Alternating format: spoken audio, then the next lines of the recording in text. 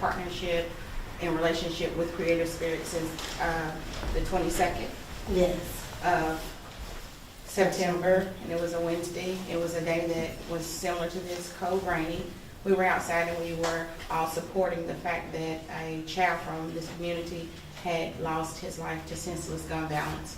I too am a mother that have lost her child to gun violence, and when I heard the name Tyree Smith, it resonated with me because I am also a Smith. And so it felt very familiar, and I wanted to do something besides just look at the news and know that this is another casualty. So I reached out, and I've been helping with this program called the Huddle Up ever since. And in that time, I've also connected with Tyree's mother because I wanted her to know that she was supported, and we're also supporting the children that were on that bus stop that had to also go through that horrible experience. And so we are a shelter for them because they ran to this facility to get help, and that's exactly what we're trying to be for them, is help. Would you mind spelling your first and last name? My name is Elgina. It is spelled E-L-G-I-N-A. My last name is Smith, S-M-I-T-H. And do you have a title, a formal title with the organization? I am a mourning mother activist, and I'm also a life and grief coach here for Creative Spirits, along with Felicia Pitts. So you go. Mama, is there anything that you'd like to say to us before we start peppering you with questions? No, I just want to thank everyone for coming. Can you tell us what your thoughts are after listening to all the city officials and the police chief yesterday talking about the arrests? My thoughts are that we have to do better as a community. I'm lost for words. I'm happy that they're, trying to got the people, or what we do know for the little information that we do have. But I just think us as a community got to do better. These are kids, and my son was a kid, so I just hate the fact that lives are being affected. Not only my son, but the kids that come here, the kids that did it, everything, everybody, it's other families being affected. Not only us, everybody around here. I have met so many kids here recently that love my son, and he played a big role in their life, so it's tragic to everyone that he's gone. The chief specifically had compliments for your son, saying he was a young person doing exactly what he was supposed to be doing, Mm-hmm. and suggesting that with his loss, there's a bright future lost as well. Mm-hmm. When you heard those words from the chief, I'm curious, how did you receive them? When there's been, I'm sure, a lot of impatience that has come with this investigation. I through it all, I try to keep my faith, so that allowed me to keep my patience. I said, if I can't lose faith in God, I gotta pray to Him every day that this case is gonna get solved, and I think we're on the road to that.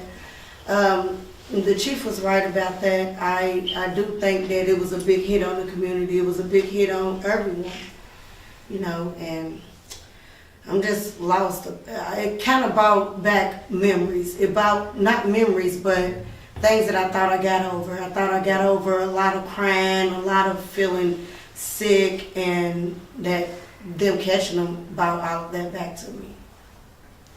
For both of you, could you share as little or as much as you want about, what it was like Wednesday to get, the call about the arrests? Oh, wow. I was happy. I was shocked, but I knew that he only calls me with information, so I knew that he had something to tell me. So I was praying on it, and I was happy to receive it, and Did you expect it? Did you expect a call, or was it? I didn't expect it, yeah. I didn't expect it that day. I expected to happen sometime, but not that day. We expected something because people started calling. People outlets started calling like they had heard stuff. And And it just escalated from there. It just, you know, like, why are these people calling? Then one thing led to another, and then next thing you know, he calls Yeah, with the information. yeah. Did you have it on speakerphone so you could both talk, or? I think he I was was at work, outside. he was at working and I told him. And so when I told him, he was, like, his first words was, thank God. That's what he said. The fact that both of the suspects are 16 years old, the same age as your son, they're charged with some very, very serious crimes. What do you think should happen to them? That's the thing that, you know, that worries me. Because I'm like, not only is my son gone, it's his lives, kids' lives, you know. So it's just shocking that their kids are his age, you know, and Tyree did have a bright future. So the fact that he's not going to be able to go to college, have kids, even spend the holidays with us is a big thing. That is the word. That's all I keep thinking about. I am happy that we got some resolution a little bit of it. I thought it was ridiculous. I'm sitting in the courtroom today looking at children. Children. I mean, they ain't no big guys. These are literally kids that you're looking at. Kids. That went on missions, and it's just ridiculous. You both have seen the suspects? And what was your response when you saw these two young men?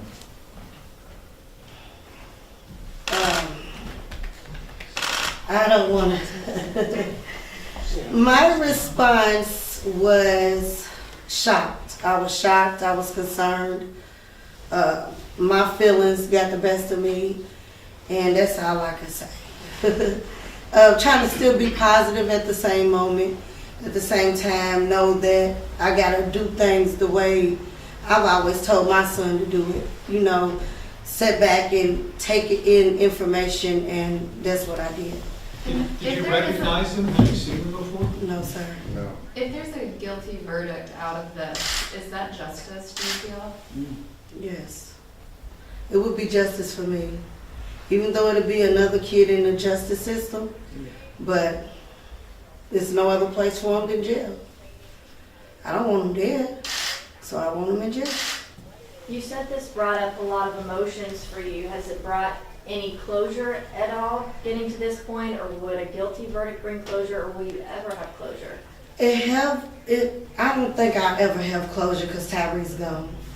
So, you know, just waking up not being able to hear him every day, all loud and happy and goofy, that I probably never get closure for that, but I do have a sense of relief that I did get some of my questions answered.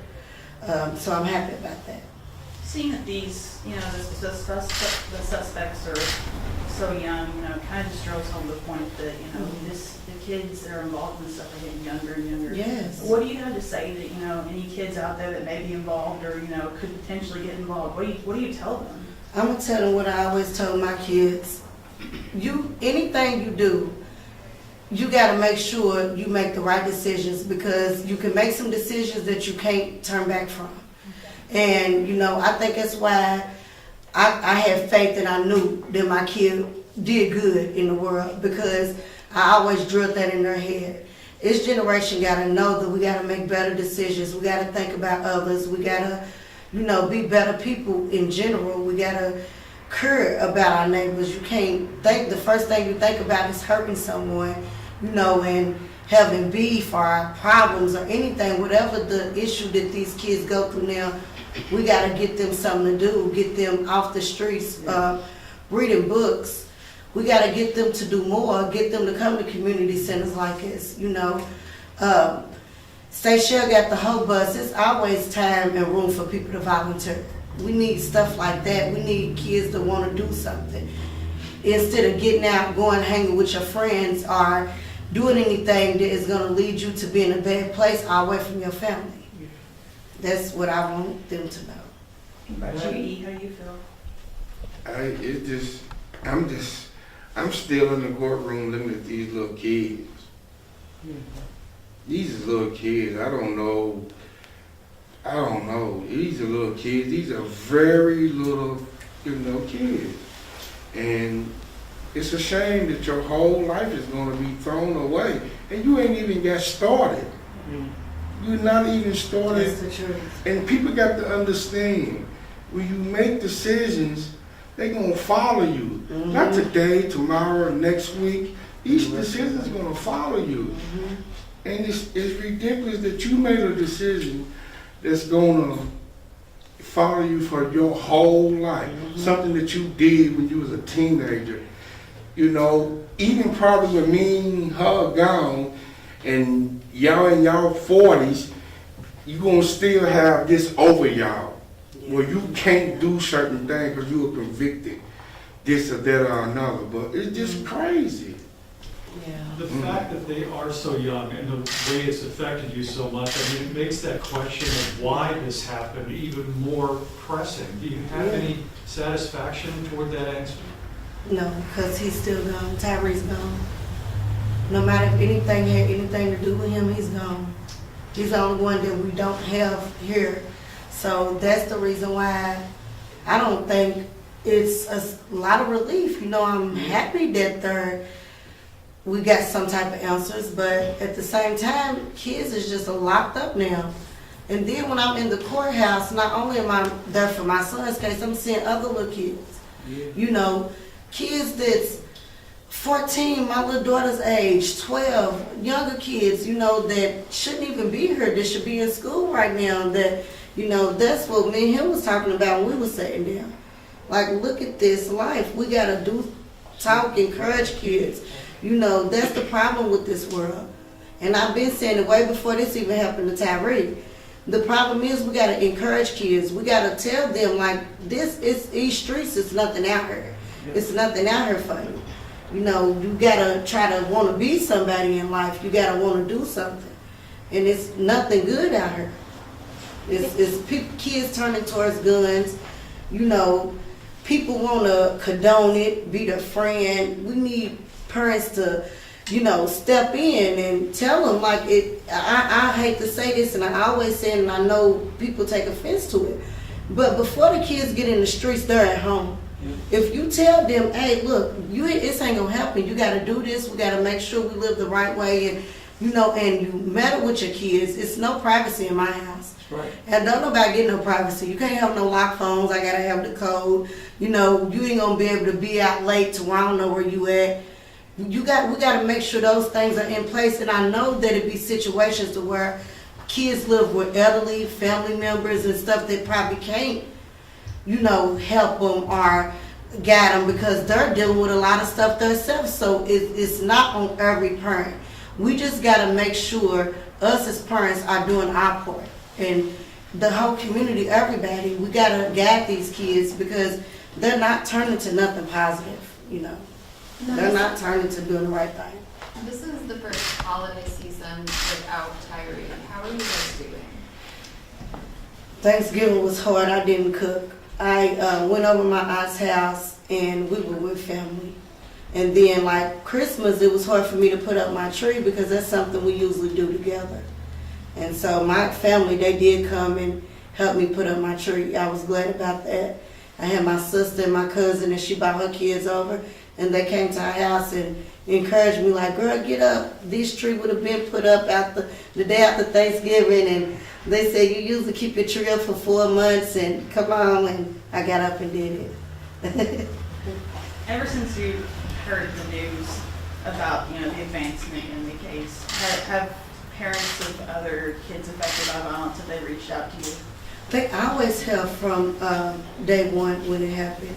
They've been so supportive and encouraging, telling their stories about their kids, even Elgina, a lot of people, Candy, everybody that I've met, they have, I mean, people all over the world. I met a lady from Wisconsin that called and told me about her daughter passing and how she died. And a lot of them stories just touch you. Some are similar, and all of them lost kids. A lot of people was like, my child was 8, 16 like your son, and it just all hits home. I'm curious, we're not too far from where Dequante Hayes was killed. Have you heard from his family? No. Okay. It was so many people reaching out, so I probably did, but I don't remember the name. It was like tons of people. I mean, I had thousands. The first day I know I probably had 1,000 messages on Facebook from people all over the community. I mean, shelters, behavior specialists, everyone. They were just calling and trying to figure out how they can offer us a helping hand, what they can do for us, and people praying with us. So it's been a great outpour. One question. This center that we are standing in has become sort of a meeting place and a healing place. Talk to us a little bit, if you will, about the importance of this center located right at the intersection where Tyree was shot. It's great, not only for the kids in the community that was affected on that bus stop. All of them kids not only went through seeing what happened with Tyree, but they have also lost family members themselves. And this is a safe haven for them. They ran her that day. And not only that, they've been coming here ever since, and they treat them like family. You know, even my daughter, Elgina, came to my house, she gave me a book, and the book really have been helping me. It's been helping me with grief. It helped me see pictures of her son. It just helped me a lot. Anytime, the table of contents is really helpful. Because if I'm feeling a certain type of way, I just look for it and go to that page. So it's been helping me. Talk to us Yeah. about that book, Elgina, real quick. I'm an author from the loss of my son, Anthony Jerome Smith Jr. February the 7th, 2015, I sit in understanding of Riri. So we have that connection, and because whatever I went through, I wanted someone to have a journey companion to go through this grief, and I wrote 2 books. One is called Morning After Morning, and what the book that she's talking about is the workbook, the proof of the healing that I've done, and it's called Good Grief's Guide to Healing. Both of those are sold on Amazon, and when I show up to a mourning mother that has had to go through a situation as we have, I offer them my help in book form so that they can, when I'm not in their presence, have something that they can go to for help and support. And so I'm just thankful to hear that that is helping, and that I can just lend that kind of support. And another thing about the book, it's a part that says reflections. So you can write in there, there's a lot of parts of them. So you can write in there anything you're feeling, because I talk a lot, think a lot. So I got a lot of room. Any last question? Yeah, Sharia, have you heard anything that you can share with us about what these 2 suspects were thinking when they pulled out their weapons, or why this happened? No, I can't. But you have been informed? I have been informed, but I can't say they're juveniles. It's a lot, I can't. We can just say that it wasn't for Tyree. That's what they say. With it being juveniles, do you think that the parents should face any type of charges or be held accountable? I don't want them to be locked up. Really, the entire community. Dequante Yeah. Arthur answered the question. I mean, Yeah. he told us all. Everybody in Louisville is responsible for Louisville. Absolutely. Yeah. This is Yeah. not, and especially right now, especially with black families. Because I know they're going through a lot by, you know, being in court and their Yeah. son is arrested. So I can't be a mother and not think about another mother, you know. And I'm pretty sure they're going through pain. You know, I'm pretty sure. The same way I'm living the holidays without my son, ain't they living the holidays without their kids. Only difference is they can call and talk to him on the phone. But I don't have no ill will towards anyone. I just think everybody needs to take responsibility and do better. Be held accountable for their actions. Everyone should be held accountable for their actions. Yeah. What you participated, what you done, and what you know, you should be held accountable for. Thank you all. Thank you so much. We Thank you. appreciate it. Thank you. Can you spell all the names? I know we had Shrita and then Elgina.